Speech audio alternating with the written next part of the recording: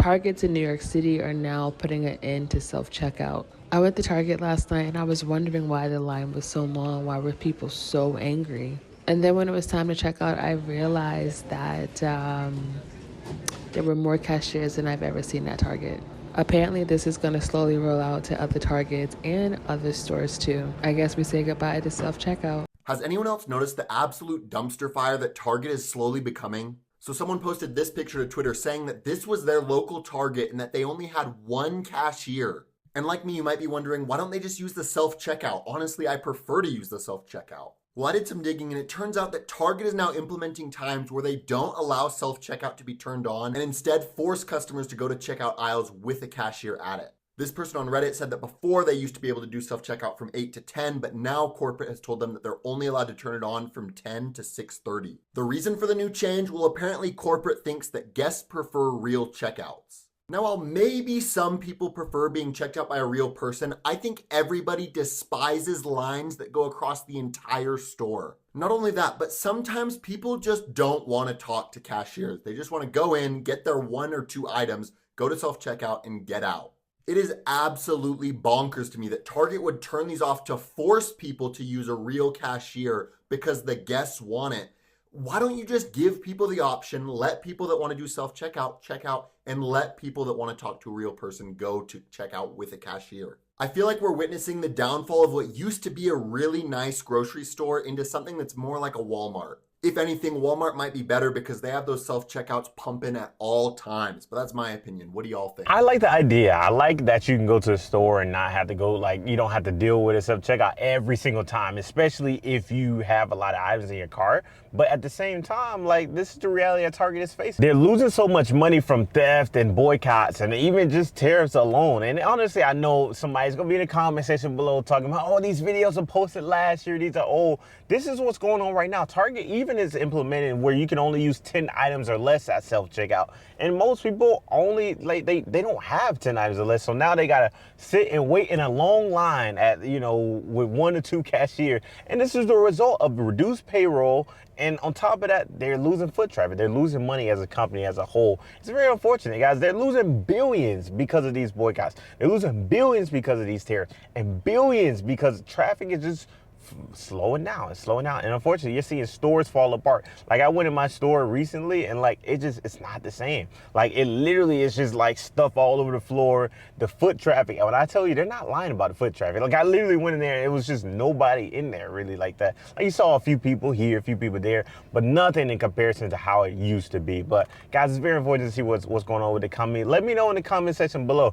What do you think is the bottom for Target? Like, their idea of this whole self-checkout thing is that, like, hey, most people want to have a cashier, and you know, I enjoy having a cashier, but at the same time, I don't want to be forced to a cashier if I just want to go in and come right back out. Like, that's just my whole idea of it. But if you enjoy great content like this, make sure you hit that like button, hit that subscribe button as well. I'm gonna continue bringing you guys great videos like this every single day, so make sure you subscribe for more great content like this. I got more videos in here that are gonna blow your mind. Check this out. Target, you done messed up, girl.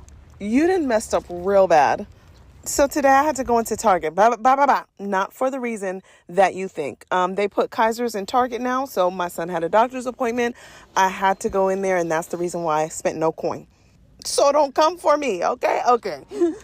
Anyway, after the appointment, I needed to take a gander around the store because I have never, ever, and I mean ever, in my life seen a Target so empty. I start looking down the aisles. I see nobody but employees.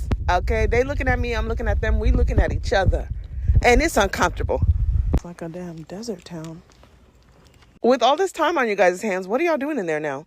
I hope you playing a big ass game of hide and seek, because that's all there is to do. There is no go backs. There is no folding more club. Empty. Breaking business news, Target is officially a sinking ship. The boycotts are absolutely working. So this is Brian Cornell, the CEO of Target, and this man is the corporate version of I care about DEI until it gets inconvenient. This man right here had everyone believing that diversity, equity, and inclusion were the center of Target's brand. He gave speeches, rolled out initiatives, put up signs, but then quietly pulled the plug on all of it the second the pressure hit. The Target boycotts are working and Target is a sinking ship, and Brian Cornell is the ultimate toxic boss. Number one of why he's a toxic boss, he made DEI sound like a core value and then bailed. He pledged $2 million to support Black-owned businesses. They had the REACH program. They promoted supplier diversity. Now all of that's been shut down or rebranded to some weird corporate jargon speak. Essentially, it's gone. And instead of just owning it, he blamed corporate strategy, as if DEI is some seasonal marketing trend. It's classic toxic leadership, overpromise, underdeliver, and pretend it was never part of the plan. He totally abandoned employees and ethical brand partners. There are brands right now that are exclusive to Target that absolutely believe in diversity, equity, and inclusion, but they are locked in. They are stuck in Target. And do you guys remember the backlash about the Pride displays when customers were coming in and being really hostile?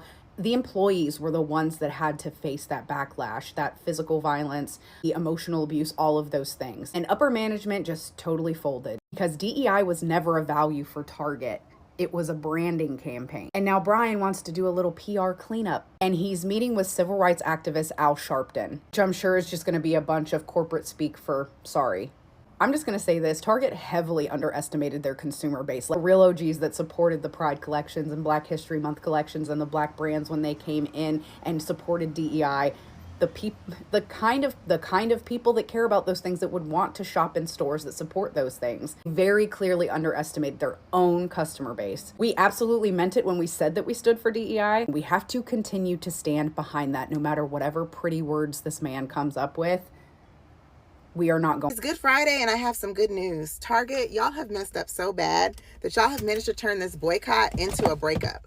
The fact that I have not walked in a Target since this boycott began is something that makes me so proud of myself and also makes me realize that I never need to go back. There is nothing at Target that I haven't figured out some way to survive without.